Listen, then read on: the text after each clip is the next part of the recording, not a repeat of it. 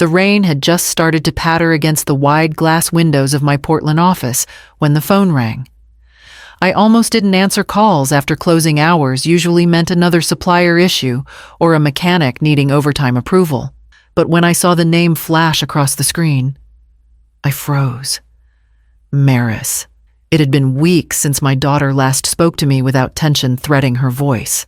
Ever since my husband, Daniel, passed nearly a decade ago. I had tried to be both parent and provider, pouring myself into the chain of auto repair shops we had built together. Maris had drifted further away with each passing year, her silences sharp enough to cut. "Mom," she said quickly, almost too cheerfully, "how about we do something together this weekend? Just you and me, hiking in the Cascades. We could use the fresh air." For a moment, I didn't respond. Hiking Maris hated even the shortest walks, always claiming the outdoors bored her. Memories pressed in her teenage years filled with malls and screens. Her impatience on family camping trips when Daniel tried to teach her how to pitch a tent. The suggestion felt foreign, almost rehearsed. Still, my chest tightened with a fragile hope. I thought of Daniel's funeral, the way Maris had clutched my hand with trembling fingers, whispering she would never leave me. That promise had echoed in my mind during lonely nights when the house felt unbearably silent. Maybe this trip was her way of keeping it. Even after all these years of distance, that sounds unexpected. I managed, trying to keep my voice steady. She laughed, light but hollow. "Come on, Mom. You always said nature clears the head. Let's give it a try."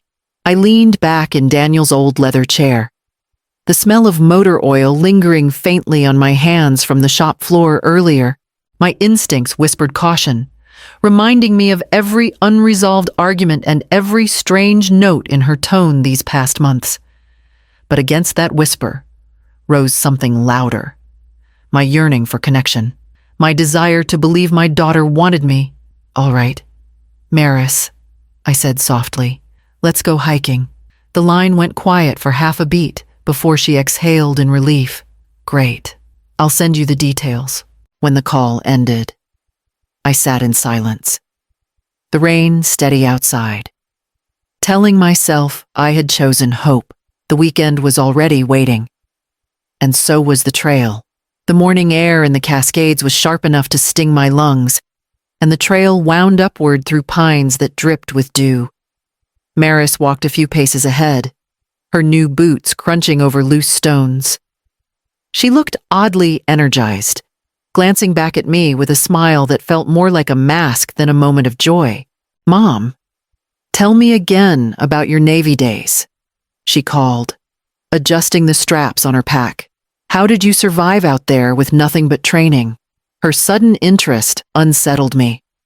For years she had brushed off those stories, rolling her eyes at my insistence that discipline built character. Now she was pressing for details: how I found water in hostile terrain, how I kept calm when supplies ran low. I answered in measured tones, trying to ignore the strange glint in her eyes as she scribbled something into a small notebook she'd tucked into her jacket pocket. The climb grew steeper, and I stopped to steady myself, pressing a hand against the bark of a fir tree. When I looked up, Maris was off to the side, her head bent low over her phone. Her lips moved in a whisper, quick and urgent, but when she noticed me watching, she slipped it away and forced another smile. "You okay back there?" she asked, voice a little too bright. I nodded, though unease coiled in my stomach every few minutes. She found another excuse to check her phone, the map. She said, "Or the weather." The excuses never quite rang true. I wanted to ask outright, to demand honesty, but instead I bit back the words. It had taken so much to get her here with me, and I couldn't bear to risk shattering that fragile bridge. So I told myself she was just nervous, that the woods unsettled her. I let hope drown out the whisper in my gut, the one that had kept me alive in places far harsher than this trail, and with each step deeper into the forest.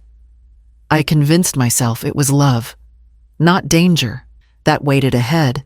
The forest had grown darker as we pressed farther along the trail, the canopy weaving overhead so tightly that sunlight only broke through in fractured streaks. The air smelled of wet moss and pine, heavy with silence except for the steady trickle of water nearby. Maris paused, shifting her pack and glancing at me with a faint smile. "Mom, can you grab some water from that stream? I'll set up a spot for us to rest."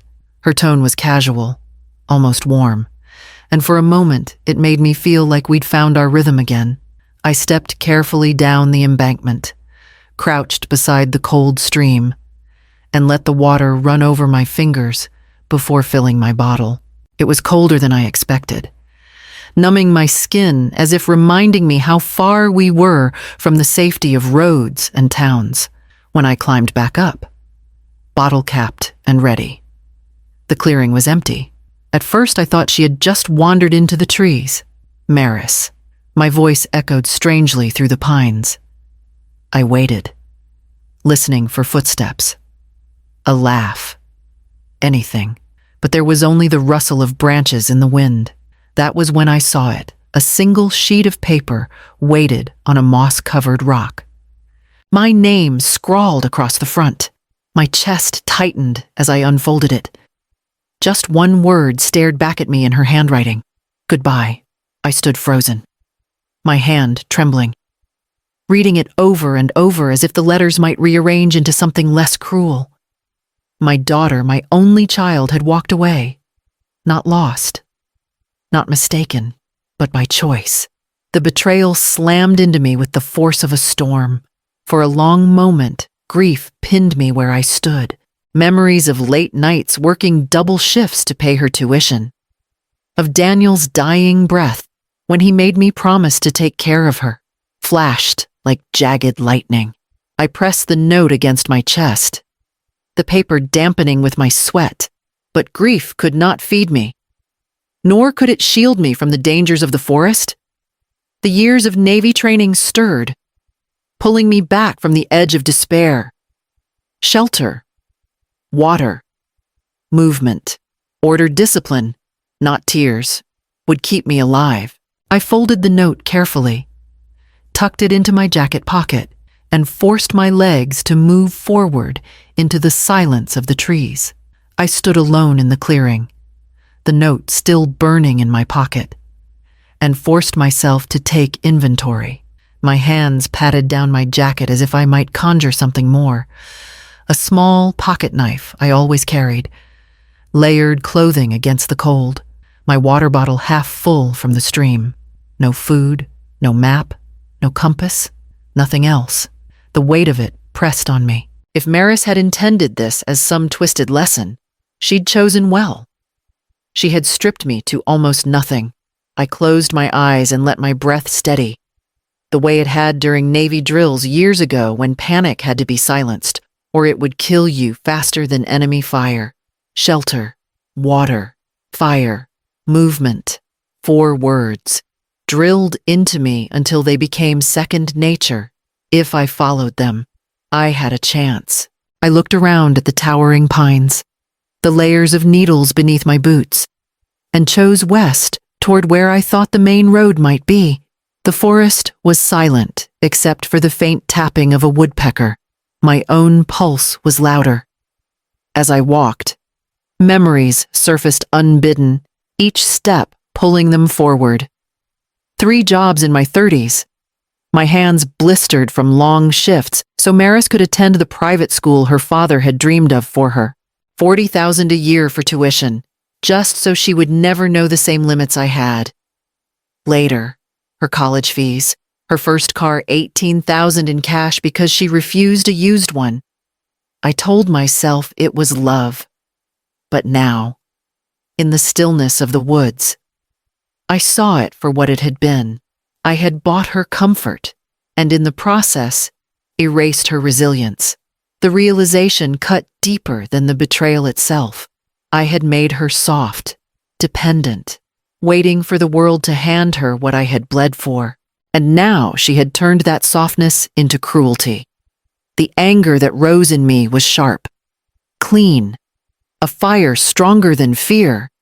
It filled my chest, steadied my stride, and reminded me that I was not a woman who would lay down in the dirt to die. I gripped the knife in my pocket, lifted my chin, and moved deeper into the trees. The ground grew softer beneath my boots.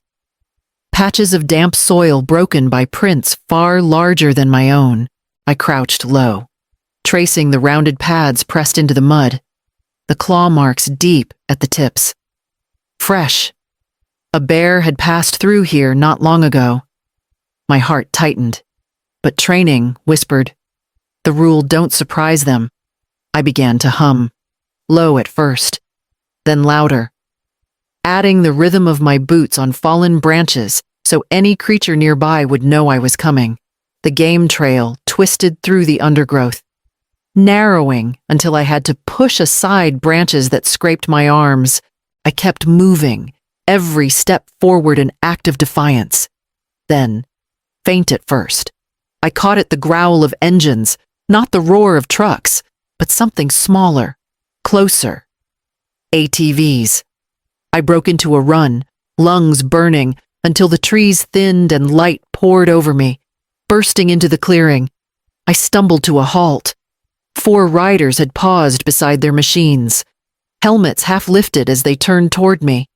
A tall man in his 40s removed his helmet, weathered lines carved deep around his eyes. "Ma'am, are you all right?" he asked, voice carrying both concern and authority. I could barely form the words.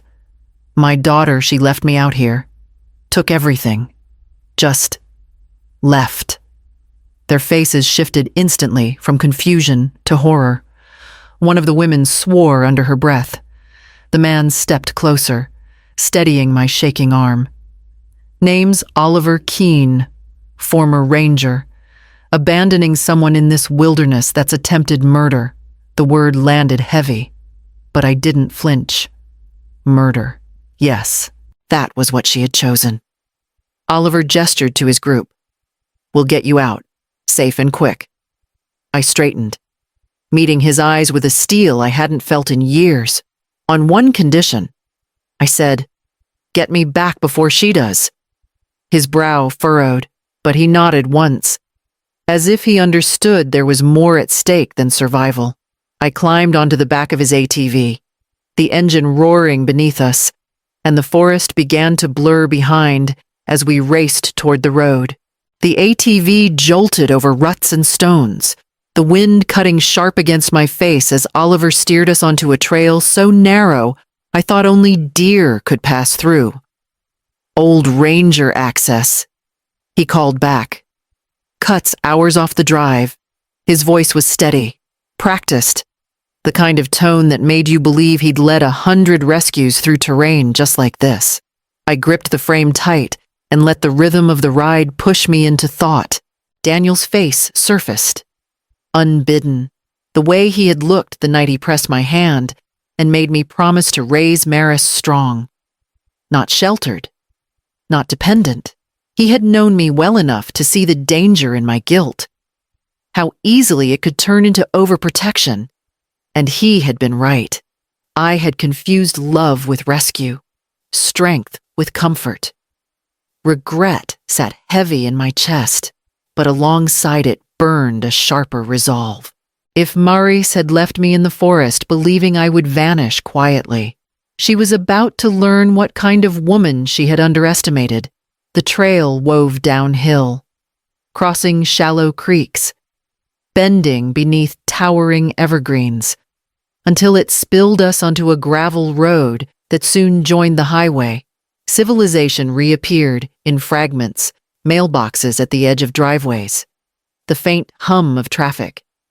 Then the outline of a small town.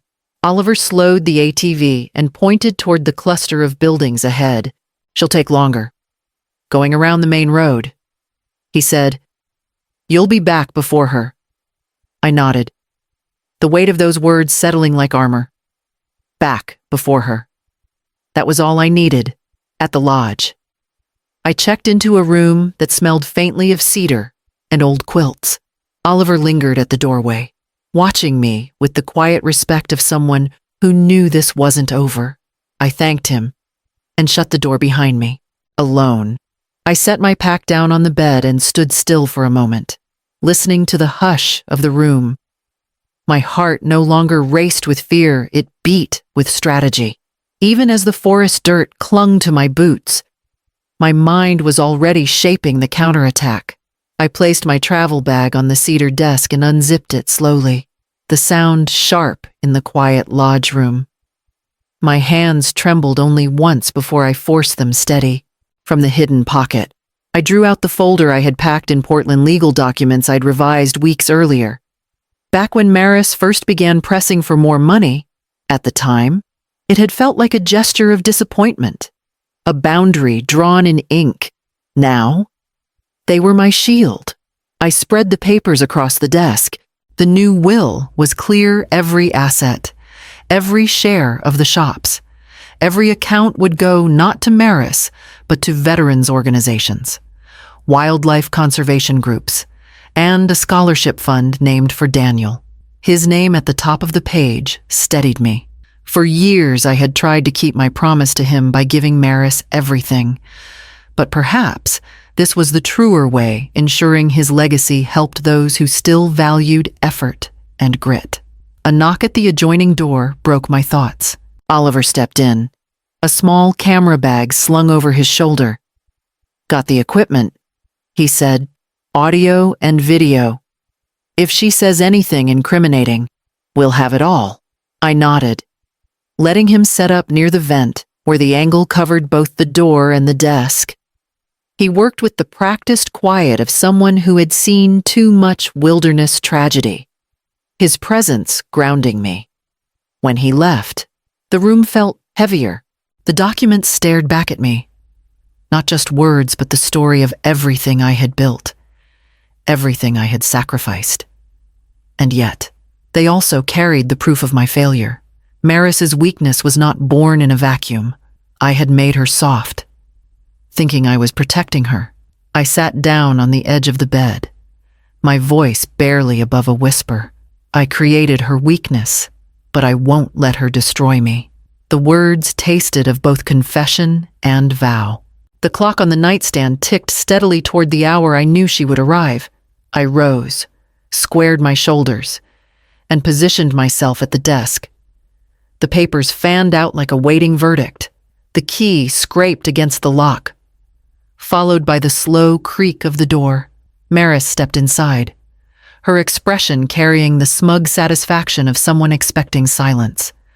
When her eyes met mine across the room, her smile froze. The blood drained from her face, leaving her standing rigid in the doorway. "Mom," her voice cracked. How are you here?" I sat calmly at the desk, the papers spread out in front of me. "Turns out I'm harder to get rid of than you thought." She took a step back, fingers twitching against the strap of her bag. "You don't understand." I understand perfectly." I cut in.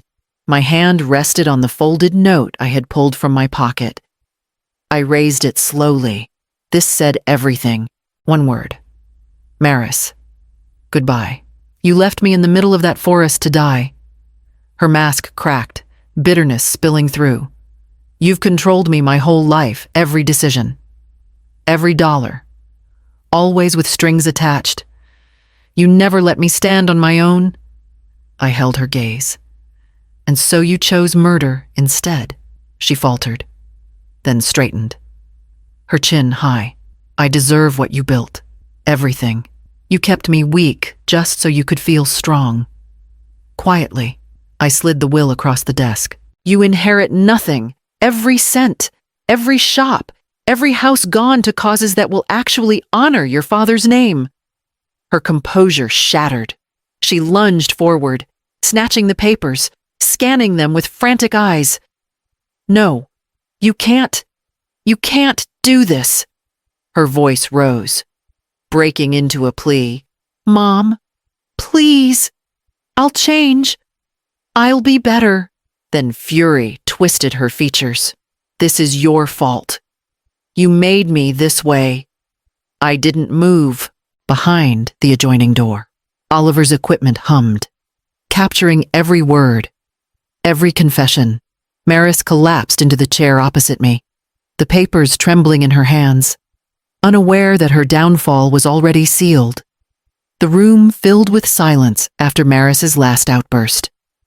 Broken only by the faint hum of the recording device, I dialed the front desk with steady hands, asking them to send for the authorities. There was no shouting when they arrived, no dramatic struggle. 2 uniformed officers stepped in, and Maris's protests shifted from rage to disbelief as they placed her in handcuffs. You can't do this. She's my mother, she cried, twisting against their grip. I stayed seated, my voice calm. A daughter wouldn't leave her mother to die. They led her out, the echo of her voice fading down the hallway. The door closed behind them, and the room grew still again. I stared at the empty chair she'd occupied, the papers scattered across its seat. The ache in my chest wasn't triumph, and it wasn't revenge, it was clarity. The girl I had raised was gone, and perhaps she had been gone for years. What remained was someone I no longer recognized, someone who had chosen greed over love in the middle of a forest. Oliver entered quietly, his camera bag slung over his shoulder. He studied me for a moment, then said softly, "You didn't survive by chance. You survived because you're strong." I nodded, though strength felt like a hollow word, strong enough to lose her. I whispered. He placed a hand on the back of the chair, steady and grounding. No. Strong enough to finally see her for who she is. I gathered the documents, folded them with precision, and slipped them back into my bag. The work ahead was no longer about survival. It was about rebuilding, and I knew exactly where to begin. Portland's spring rain greeted me when I returned home, the streets glistening beneath gray skies that no longer felt heavy. At my attorney's office, I signed the final papers establishing the Rowan Foundation in Daniel's name. The shops would fund scholarships, veterans programs, and conservation efforts, causes that honored his grit and the values we once shared. As I set the pen down, I felt a quiet satisfaction settle in my chest. Days later, I walked my neighborhood at dusk, the scent of lilacs drifting from front gardens. For the first time in years, my steps felt unburdened. I wasn't looking over my shoulder for Maris's next demand or drowning in guilt over not being enough. The silence around me was no longer loneliness. It was peace. One evening, a letter arrived from the jail.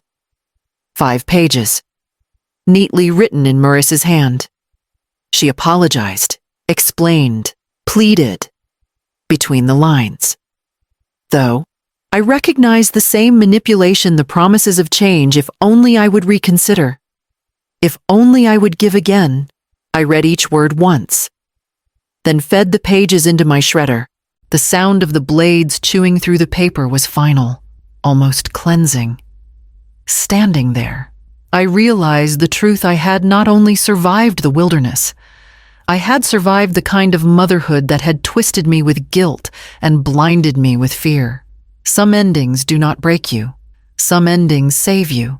Some goodbyes are the beginning of peace.